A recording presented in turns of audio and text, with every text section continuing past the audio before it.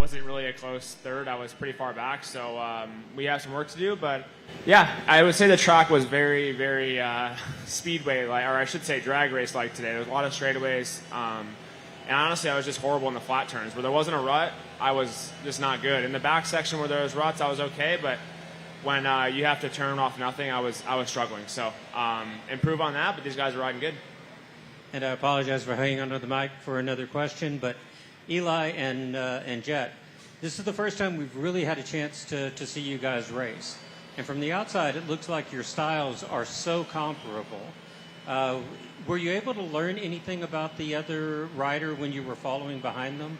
Jet, those last couple of laps, and Eli, Eli, those last couple of laps, and Jet throughout that Moto 2. I mean, yeah, it was actually, I mean, maybe for these upcoming races, it was good to be behind him for a couple laps just to see. Like he mentioned, like just different flow, right? So we definitely had our pluses and minuses, and yeah, it is what it is, but it's good. Yeah, I think also, like, yeah, a key thing I saw is that he had the paddle. So in the sand, if I could just stay as close as I can or even, I could maybe gain a little bit everywhere else where it's a bit harder pack side than knobby tire. I think a lot of people else had it too. So I was just trying to make sure if I can just be close and put pressure more on the slick spots, it would kind of help. But I mean, I got to race a little bit in Supercross last year, but I think, yeah, everyone's riding style and outdoors is always different to Supercross. So I had a good 2 motos behind him, kind of learned some stuff. First one, not as much because he was gone, but the second one, at least, I got to watch him and kind of pick up on a few things. Mitch Kendrick with Racer X. Let's go to Chase here. Obviously, last year you came in here, had the 1-1 and left with the points lead. You didn't have that good result today. It wasn't your day. Are you, I guess, this better version of yourself now? Are you okay with, like, thinking big picture? Are you frustrated? I guess, where are you at mentally with just still leading with the points? I'm not okay with it. I don't like losing. But I think compared to what I did last year, if I can go the opposite way this year, that would be good. Last year I was good, and then just got worse throughout the rest of the races. So this year, hopefully I can bounce back the next round, and then obviously the last one is really where everything's won at. So if I can just kind of improve and keep myself in it for the last round and try and work some bugs out, we'll be in a good spot. And we know you've said the Pro Motocross bike is a lot different from Supercross bike. You're trying to figure out a mixture of the both. I guess, were you happy with your setup today? Was it on you? Just walk us through where you're at with that. Yeah, no, we haven't quite figured it out yet. I thought we were good, but yeah, it's still a lot different. And then just a quick one for Eli. One Super Motocross format race under your belt. You said you're having fun. Just give us your quick update on the format. I enjoyed it. I mean, it's, anytime you win one of the races, it's easy to say you like it, but I like the high speed. Like coming back in the stadium kind of reminded me of the old Vegas Sam Boyd, so I had a lot of fun with it, and it just had a little bit of everything, right, with the sand, and, the one rhythm and some good speed, so it's good for me. Chase. Eli, mate, I'm not sure if this is so much of a question, but I guess I just wanted to let you know, I guess, how much energy there was in the crowd for you tonight. Like, I was just sitting way up in the stands, and that first moto, like, people were just losing it. You can hear your bike. Like, when you were in front of Jet, you couldn't even hear Jet's bike. Like, you provide the fans with an experience, and just sitting in the back there tonight and hearing the way that people were cheering for you, like, I kind of wanted to pass on that perspective. And I guess on behalf of the fans, say thanks for coming back for these races. But can you feel the energy from the fans in this stage of your career? Yeah, I do, and I think the more just riders stick around, the more they kind of grow up with you and kind of live with you through your career. So that's been really cool to have them along the way. And the last couple of years, man, the stadiums and the energy have been pretty awesome. So Jet, in Phoenix, I believe it was, I feel like some of your comments about Eli and Beast Mode got taken out of context. I feel like I knew exactly what you mean, but I think maybe Eli, maybe even some of the fans and the media, they kind of didn't get where you were going with it.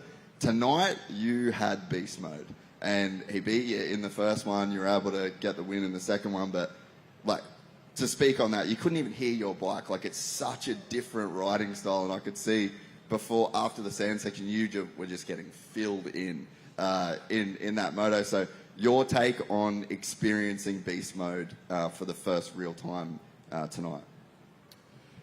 Yeah, yeah. Back then I wasn't really good with my words. I still ain't now. So they took completely wrong. But no, it was cool. I mean, I was kind of dealing with my own stuff. Obviously, the first one trying to get back in my flow, and obviously lost that time at the first part. But that second one, yeah, it was fun. I mean, we're going hard, and yeah, I mean, that Yamaha is really loud. So, and our bike's obviously quite opposite. It's very quiet. So even once I got around, I still couldn't hear my bike. But no, it was, I think, yeah, obviously a big thing with the engine and the air intake, where it's on the compared to the Yamaha, it's a lot quieter than that. But no, it's cool to experience it, and I hope it stays around.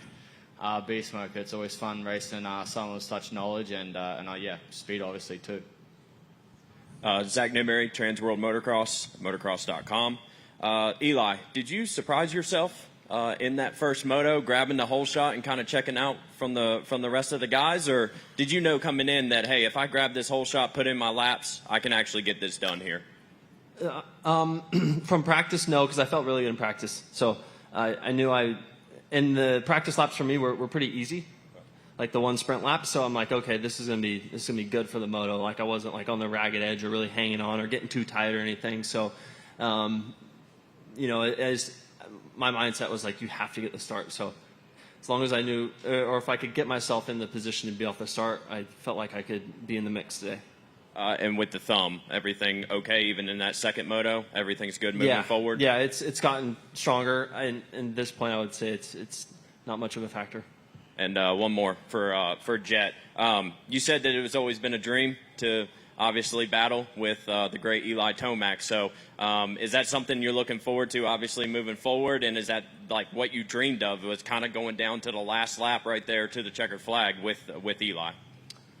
Yeah, no, exactly. I think it was obviously a really cool thing. So I think if in Eli's standpoint, I think it's like him wanting to race Ricky Carmichael or one of those guys. You want to race the best at the time, and you want to battle with them. And obviously right now Eli's probably the biggest name and has the most championships for sure right now in this class. So yeah, it was an awesome race. I mean, the one cool thing is with racing against another grade and a champion is there's no quit. There's always fighting until the checkered flag. So I think it's always cool. And yeah, it's definitely a bucket list kind of checked off. Whether if I won it or not, I think it's just getting to battle with him. I think it's just a really cool thing and an honor. Scott Yarjo, MotoNow blog. Jet, it seems like the first 1 to 2 laps, you're a little hesitant. The pace is maybe a little bit off the guys in front of you. The consequence is that, say, in the first moto, Hunter was able to pass you, and in the second moto, Chase was able to get right on you. Is that intentional? Like, are you waiting for the race to come to you and to figure out your lines? Yeah, I like getting past the first few laps. No, I'm trying to go for sure. It's just, like I said, it's my first race back, It's a different angle for me, and Norma already kind of ran in. I haven't had any time off in the past where it's a learning stage for me. And yeah, there's this first few laps, so I just got to get that race pace back in me and kind of get used to sparking straight away. It's been a while, so it's just kind of learning that. And second question, everyone's talked a lot about the thumb injury, but before the thumb injury, you were dealing with the consequences of your crash in Hangtown and your shoulder was sore. Did you get that all figured out? Is your body feeling totally recovered from the Hangtown crash? Yeah, no, obviously my shoulder was bugging me quite a lot in the outdoor season, and surprisingly just needed to rest, and we didn't really do too much. We did some therapy on it, and obviously after a week or two it ended up being fine again. And thumb good. Brent Bowser. Yeah, Brent Bowser, Whiskey Throttle Media. My question's for Chase. Chase, you had the bike set up really good for outdoors. You looked comfortable. You could kind of do what you wanted. The track was more outdoorsy than Supercross, but then you did have some Supercross rhythms in there. Is it just a stability thing with the jumps and the different setup that you have to have on this type of track than outdoors? Because outdoors, your bike looked really good.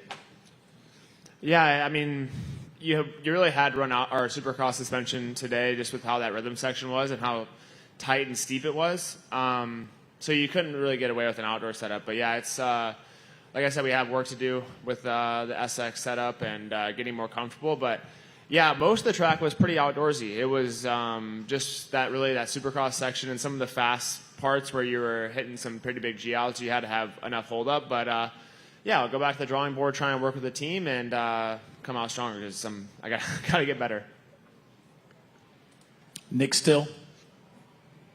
Yeah, thank you, Nick Still, MotoOnline.com. This will be for the three of you. You know, the second year now we've been able to see this structure throughout the year of how long this goes. Personally, between the three of you, what's your thoughts on a season going this far, this many races throughout the year? And it's like, you know, you've got 2 more back-to-back weeks. How do you guys feel about that? I mean, at this point, it's like you just have so many. And but I've had the last 2 summers off, unfortunately, so I don't know. I mean, either way, it's a long season, but maybe there's not much difference between 29 and whatever 32 races. So what's nice though is we get that paycheck at the end, get something for it.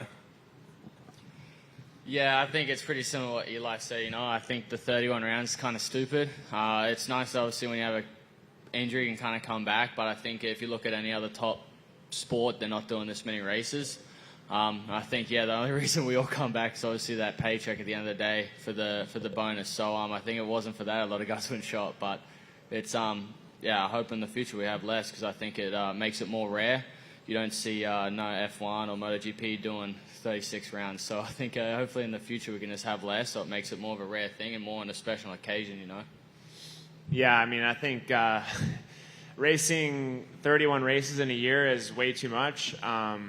They took one Pro Motocross away just to add 3 more SMX, just to kind of I don't know. I mean, they put a paycheck at the end of it, but they don't have to go through the grueling training days. We have a whole off season, then during the week we have to ride to just be good on the weekend. So it's a lot, and you don't really. I mean, I think there was 4 guys that raced every race this year, which is stupid for how many guys show up every weekend. So hopefully MX Sports and Feld sees that and they change something. It's a little bit dumb.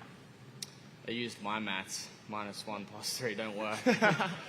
Can I actually ask a follow-up on that while we're on that topic? So it's 31 races, but the economics of it, just to play the Feld and MX Sports side, is that the huge TV money that came in, I think it was like $7 million or something, was basically like predicated on 31 rounds. And it's something that we've spoken about a bunch of times on the podcast, just trying to brainstorm like ways where it's like, okay, we need to do 31 races to have a season with playoffs.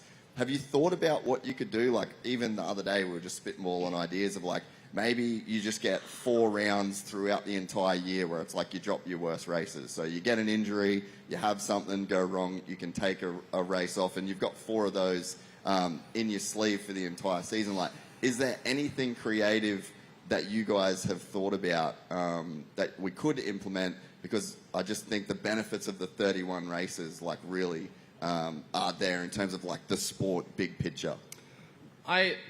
Yes and no. I think that the biggest thing you got to look, so Chase has done every single round, and now we're going to a high-speed track where they obviously want to look after our safety very well, and they do, but we're trying to set up a bike that's supposed to handle enough G-force to get to the rhythm lanes, but then it's got to be soft enough for the fast sections, and it can create a lot of sketchy moments of stuff being too stiff, we're on side nod feeling, and stuff like that, and we're at the end of our season, so for stuff, people like me, Eli, guys who've had injuries, it's not too bad because we've had that break, we've had time off where Chase has still done every single round, so he's obviously, I think anyone would be tired after doing already how many rounds, you know, so I think it's, if we mainly just cut the rounds down, I think it would make it a lot safer for other riders too, because then at least for these last ones where you need the energy, you'll have that because you're not going through how many other rounds before. I think like even Supercross, I think the 17 rounds there,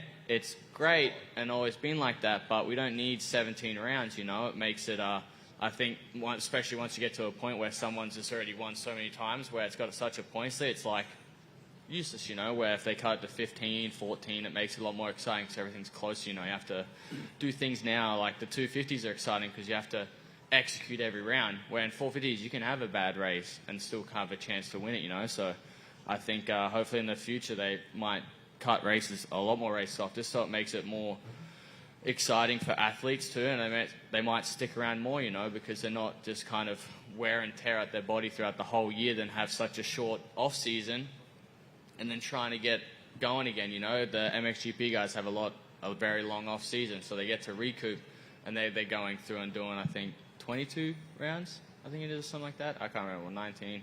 So yeah, I think it's more so just for us riders' safety, because we're trying to push the edge, because we're not going to back down, but at some point it's obviously still dangerous for us. We want to try and do this for a long time, and yeah, because we love it. Jamie Guida. Do the other boys want to respond to that? Do you guys have anything on that? I'll respond. Yeah, for me, I think like he said, it's tough to really put a lot. And after you put so much emphasis on Supercross and Motocross combined, it's hard to rebuild that for these 3 races. So I don't know. It's just tough. I think at the end of the day, it's going to take the top however many 7, 8, 9 riders to come together and to say we're not racing this much. But yeah, at the end of the day, you want the sport to grow. So I see both sides. But as a racer, you don't want to see guys getting injured that you want to race. You want them to be there the whole season. And yeah, it's cool that everyone comes back for these last 3 races. But at the end of the day, like, you want them to be there for both the primary just seasons in general. So yeah, I think there needs to be less races, but we got to have a voice a little bit too. At the end of the day, they kind of control what the narrative is, and we don't really get much say. I mean, it's hard to say what the magic number is, right? It's just like, yeah, I don't know. I don't know. It's like, those, when you go year after year after year, like the accumulation, like that becomes the problem, right? Is how many years can you really go? So I don't know. Don't have an answer for you. And I appreciate, like, to your point, the narrative, like, this is the chance that you guys get to control the narrative on your end, so I appreciate you guys taking the time to answer. Awesome. Let's go to Jamie Guida. This will be the last question. Jamie? Yeah, Jamie Guida, BioMX. Eli, with you being there's been a lot of talk over the last couple of years about the scoop. I want you to break down the technical positives and negatives, advantages for that tire. I mean, for me, the scoop is really good on the start. So, I mean, that's critical in these events, right? And then that's my mindset, man. Get out there, try to get that start, and let the rest of the race come to you. So, and for us, it just works good on our motorcycle right now. Well, there seems to be a lot of myth that there's no side bite on that thing. Would you agree with that? You just have to be careful, or does it have more side bite than maybe the general public think? It's hard to say. Like, they're definitely different on every bike, and yeah, for us it works. Okay, thanks, man.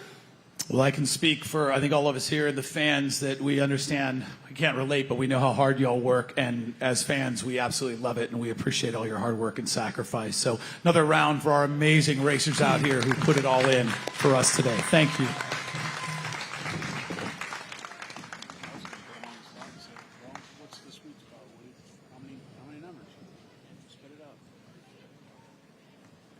We get 250 podium up here next.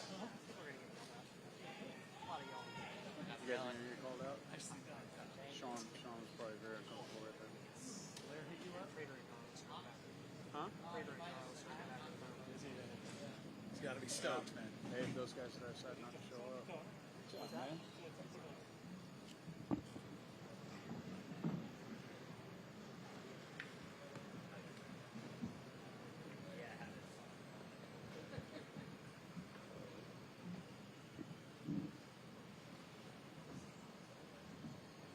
Let's get started with the 250 portion of this press conference. We have the podium up here. Hayden Deegan in first place. Julian Beaumare in second. Levi Kitchen in third. Big round of applause for our 250 podium. Hayden, this in some ways you made it look easy. In other ways it was hard. You stood on the podium. You had a horrible start. Your words, not mine. Just take us through what it took and how hard deep you had to dig to go 1-1 after starting, in your words, so horribly. Yeah, it was not great starts. And I mean, for how good I did today, I actually felt kind of off. But anyways, I mean, it worked, so that's all that matters. But we're definitely going to go back this week and go back to the drawing board, watch tape, and figure out what I need to get better at. All right, sounds good. Open it up. All right, Hayden, this first one's for you. This big track, you riding the way that you do, some of the lines that you did today, banking off the curbs, what does this track do differently than a Supercross track or a motocross track? Because it's a hybrid of both. The bike setup's a little bit different. What does it allow you to do differently? It's definitely, I feel like there's like technical lines that you can kind of find if you got some good racecraft. So I feel like that's what's cool about these super motocross. You're mixing in some things that we're not used to. So it's definitely cool. I mean, you got motocross and supercross, and you're on supercross suspension. So it's tricky out there, but it's cool. With the starts that you had, especially when they did the red flag restart, that was a huge saving grace for you at that point. But then the people that you were behind, you get to see other people's racecraft and then figure out, oh, I can do this differently. Is that pretty much what's going on when you have to come through the pack and find places to pass? Because everybody said you really couldn't pass here. You proved you could. Yeah, definitely. I mean, there's definitely, when you start in the back, you kind of see lines where you can make up time. But I feel like, today I was doing lines that no one else was even doing, so I don't think it really mattered in the first place. But definitely some fat lines out there. And, I mean, in the sand, I felt really good, too. So that's things like people could have picked up on easy, but I just sent it through there. Dan Beaver, NBC Sports. And while we're talking about racecraft, for Julian, do you feel like you learned maybe a little bit more riding up front than you do when you're riding mid-pack or a little bit further back? Yeah, for sure. Obviously, being up front with those guys, you learn a lot. And when Hayden passed me, yeah, for sure, he had some amazing lines that I had to pick up on. So just being up there with those guys and seeing where they're going, where I'm slower at, is definitely a big thing to learn. Mitch Kendrick, Racer X. We'll stay with you, Juju. Obviously, first career podium and everything. We know you're kind of more natural, I guess, as Supercross.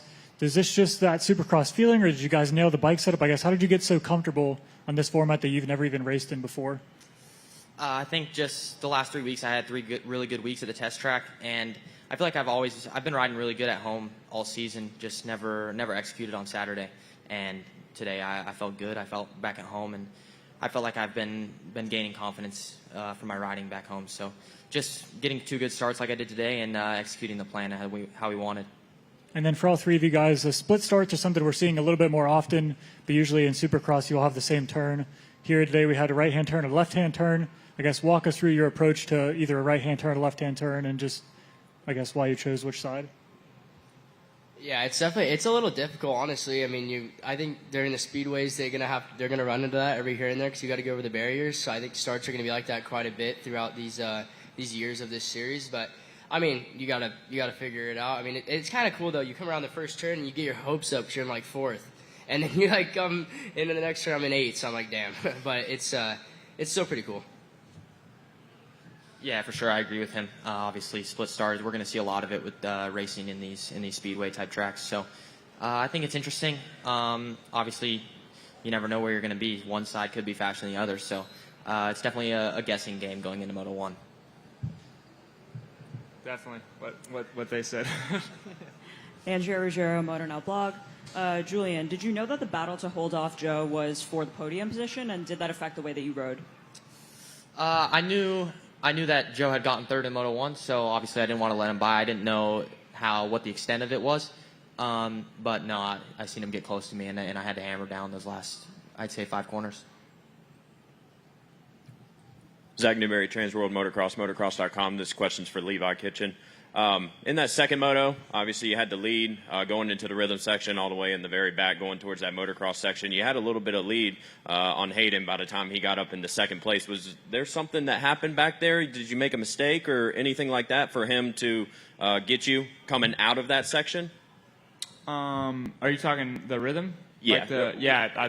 I was going, he was doing the quad, and I was going over table, and then 3, and I missed it. So I screwed it up pretty bad, and yeah, you could lose a lot of time if you messed it up. So he probably closed, I don't know, 2nd or so. And how did you feel on your bike today with this hybrid track? Yeah, I mean, I felt okay. Bummer for me, like after the restart, I ripped a good start, and then your emotions, you get excited. So that was kind of a kick in the nuts, but, I don't know, the bike felt pretty good. The track was really fast, which is something I need to get a little bit better at for sure, but overall, yeah, I like where my bike's at. I mean, I think we're all on Supercross stuff for the most part, so it was a fun day. Is it cool if I get one more? Juju, do you want to talk about the bet that you and Carlos had today to help you out? If not, that's cool. Yeah.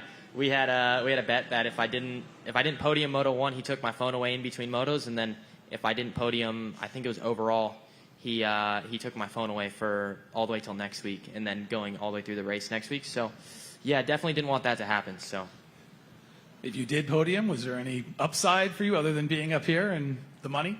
yeah, no upside. No upside. Yeah, it was only a downfall. Okay, got it. Well, you got the upside on this one. Jace? Hayden, mate, you never really seem to address any of your criticism directly, but you always seem like you ride with so much attitude that like you're almost sending a message, whether it's to like other riders or to media or to fans or non-fans. Do you feel like with the whole Motocross Nations drama that has gone on these last like couple of weeks that today is like a bit of a statement ride in a sense?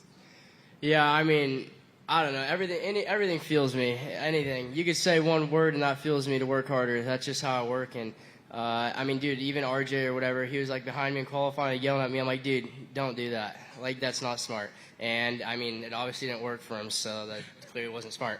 But, I mean, I get fueled by anything. Any crap talk, if you guys want to say something to me, say it, because it's going to make me better. And a little follow-up on that, though. So there's that side of you. But then it looked like when Juju crossed the line, you looked genuinely stoked for him. And there's been other times where, like, guys have had really good rides that have beaten you, and then you're actually, like, this nice guy. So you play both sides of the fence. But were you actually happy when you saw Juju? Because that's kind of what it looked like. Yeah, I'm always hyped for them. I mean, to get on the podium or, I mean, for your first time, too, and stuff like that, it's definitely cool, but then once you start becoming a threat, that's when I kind of turn sides. I mean, as you guys see. So, but he was riding good, so I had to give him props. And Levi, just a quick one for you, mate. It's not really this weekend related, but you're pretty clearly like the number one dude at PC in terms of the results that you've been putting in all year. Obviously at Star, so many dudes kind of at times potentially get lost in what's going on there.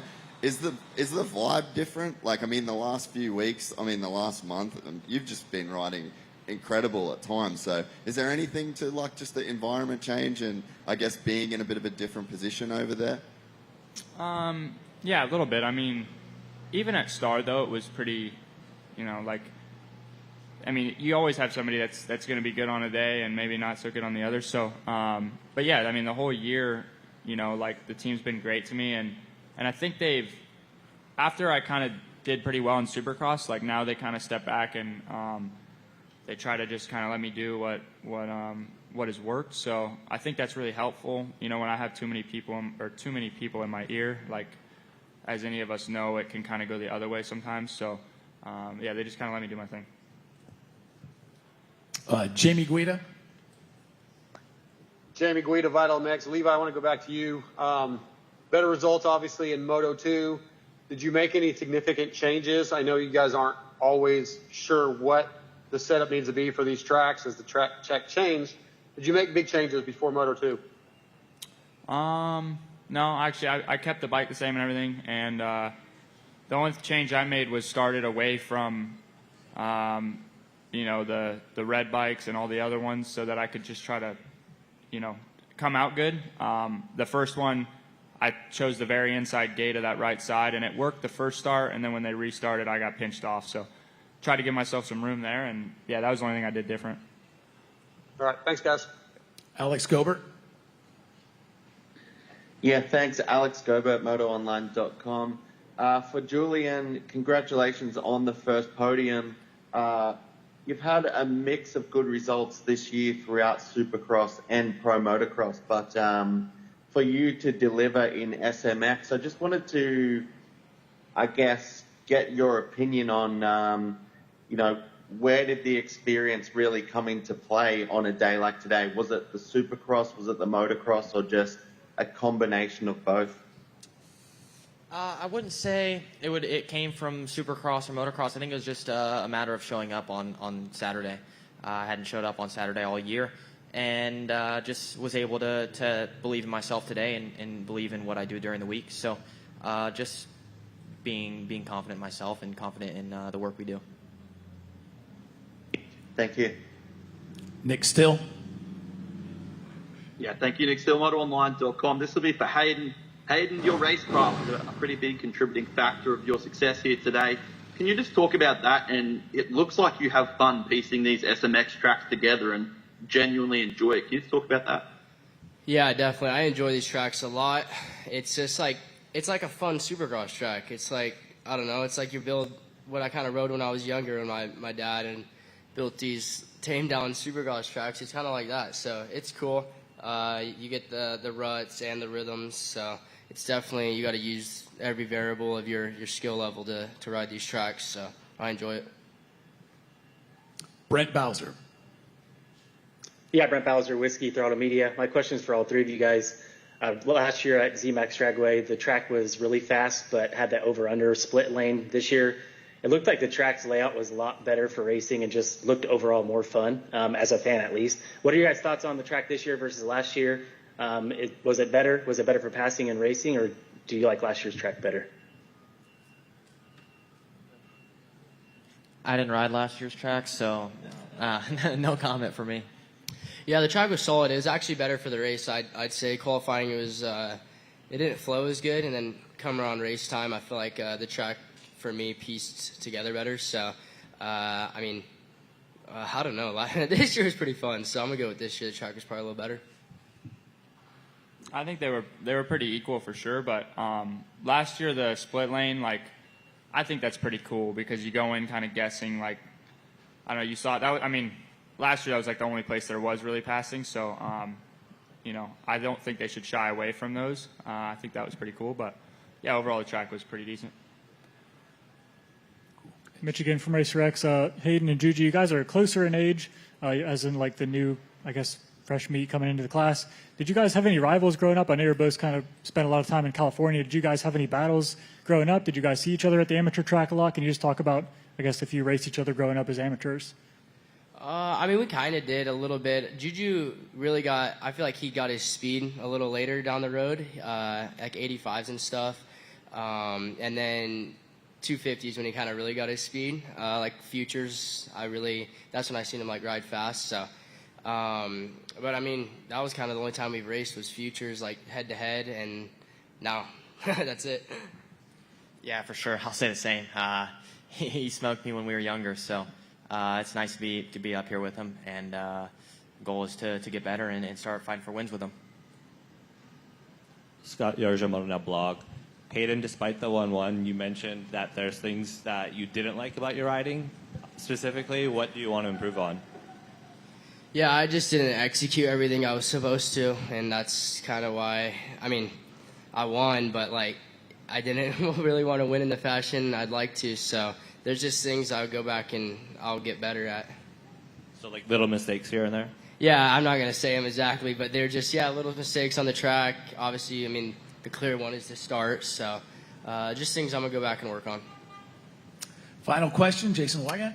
Yeah, Jason for Racer X. Hayden, we see you ride really hard, but it very rarely leads to, maybe there's tip overs, but nothing big. There were 2 times when you were jumping that big rhythm where it looked like it was getting dicey. Do you even get worried in those situations, or is it something on the outside that looks wild and you don't even almost notice that it happened? No, I didn't really feel it sketchy all day, but I knew, like, if I could hit this rhythm, I don't think anyone else is going to hit it in my class, because I literally had to flick the bike in the transition to get the speed to quad it, so I knew that'd be a big advantage if I could clear that, and it was today. It was a good passing spot, so, but I didn't really feel sketchy through it. Yep. And I just want to ask, Julian, does the first moto lead to the second moto when you finally just get that race under your belt? You followed it up. Is that a coincidence, or that confidence carries forward just like that? Yeah, for sure. I think the confidence carries forward, and I had 2 good starts in Moto 1 and then backed it up in Moto 2. So Moto 2, I made a little too many mistakes, but other than that, just having that confidence for Moto 1 definitely helped. And we had a report from Will Christian on TV. Is there another World Championship, by the way, that you're getting yourself qualified for this year also? Yeah, plan is to race the Jet Ski World Finals in October, and I raced last weekend in Texas for a qualifier. And you had to qualify? Like, you're still sharp enough to earn your way in? Yeah, I mean, I didn't really, have to. I just had to show up, but I won on Saturday. I got second on Sunday, so it was all right. It's all right. Yeah. It's all right. Pick a sport. He can do it. That's it. Excellent. Well, hey, great question and good luck in that, bud. We have one more interview coming up, but one more round of applause for our amazing 250 podium. Congratulations, gentlemen. All right, we're going to go to the 65cc All-Star winner. And we're going to get a quick interview, so stick around. We'll get some questions with that. There was a jumping violation penalty for the first place finisher of 2 positions. So the new winner after the penalty is Chase Brennan, the number 3. Big round of applause for Chase Brennan out here. Chase, solid run, incredible. I want to ask you right off the bat, how does it feel to win on this stage in front of all these people on this track? It's a dream come true to me. Yeah? Team happy? Yeah. Parents happy? Oh, yeah. Everyone's happy? Yeah. And you're happy. Yeah. All right, that's the goal. Cool. Let's go to Jason. You guys come from all over the country, but do you kind of know who you're racing with? Is this actually familiar, the riders that you're battling with today in some of the other big races? Yeah, I thought Jaden would be up there battling with me, but he battled me in the first, second lap, but he kind of faded, but I battled him basically the whole year, but I won Mammoth. Close. I went 2-2-1 at Loretta's, but finally got it done. Have you raced Carter Gray much? Yeah, I've raced him this whole year too, and last year in the 10-11. Yeah, so it's kind of funny. Like, I think most people would think you guys are all new to this, but you're really racing a lot of the same people. Is it almost comforting that you're doing something totally crazy and new, but at least you're doing it with other kids you know? Yeah, I know how they like their riding style and how they ride, so I think it's a big confidence boost. Mitch Kendra with Racer X. What was your biggest thing you worked on since Loretta's? Probably getting the rhythms down, like smooth, not casing it, and yeah. And do you have any experience on this kind of track, something like this, or you just ride motocross until really prepping for this race? No, I just rode like Supercross for 2-3 days before and came out here trying to win. Scott Yargemode on blog. The big finish line that your competitor was jumping, did you know that you were not allowed to jump it? Yeah, he told us, one of the guys over there told us to not jump it, but yeah. And the other big double that you all were doing, is that something that you talk about with your team, your parents, etc.? Like, is that something you decide mutually that you want to jump? Not really. I got it over with this morning because I think my bike blew up yesterday, so got parts from this one guy next to me and helped me. So I kind of just came into qualifying today with no practice and went 5th, and then the second qualifying got 1st overall. So I came in with first gate pick. Just tell us where you're from and where you do your riding, and like how much riding do you get to do during a normal week and things like that. My name's Chase Brennan, and I get like probably 3-4 days of riding because I'm homeschooled now this past year. So yeah. Oh, from Winchester, California. Alex Gobert. Hey, Alex Gobert, MotoOnline.com. Can you just try to describe what it's like to ride a 65 around an SMX racetrack at the playoffs? It's the crowd goes crazy when Gray hit it. I knew if he was going to hit it or anyone hit it, the crowd was going to go crazy, and they did, but they told us to not hit it, so I didn't hit it. But the crowd was going crazy when we went over the finish line. Mitch again from Racer X. Which pro rider do you look up to the most that was racing today? Probably Deegan or Sexton. And I was going to say, did you have the red, white, and blue gear? Yeah. Can you just talk about that gear? Was it Plessinger inspired at all, or just walk us through that gear? Probably AOT because he's dealing with cancer right now, and he might die, so we're doing it for him. That's amazing, man. That's heart and soul right there. Justin Schuler. Yeah, thanks. Chase, just kind of talk about this swing of emotions for you when you finish second, and then you find out Carter gets penalized, and you find out you win. Did you know that he was going to get penalized, or think he was going to get penalized? Like, what was your mind when you crossed that line second, but then found out when you got to the pits that you ended up winning?